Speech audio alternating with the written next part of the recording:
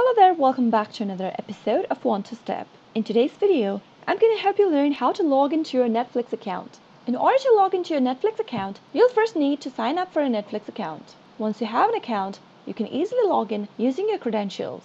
Keep watching the video till the end without skipping, and don't forget to subscribe to our channel by hitting the subscribe button. Press the bell icon so that YouTube will notify you whenever we post a new video. Start by clicking open your web browser, and in the URL box type in www.netflix.com and press the enter on your keyboard. Once you do that, you'll end up in the home screen of Netflix. Click on the sign in button at the upper right corner in order to log into your account. In the sign in page, enter your email or your phone number in the first text field that you see. Once you do that, move on to the next field and type in your password for your account. To double check your password before moving on, click on the show link at the right corner. If you want the system to remember you, make sure this box is checked, but if you are using a public or a shared device, do not check this box. If you don't remember your credentials, then you can go ahead and click on Need Help link right here. Follow the instructions and you'll be able to look for your email address or reset your password. You can also log into Netflix using your Facebook account.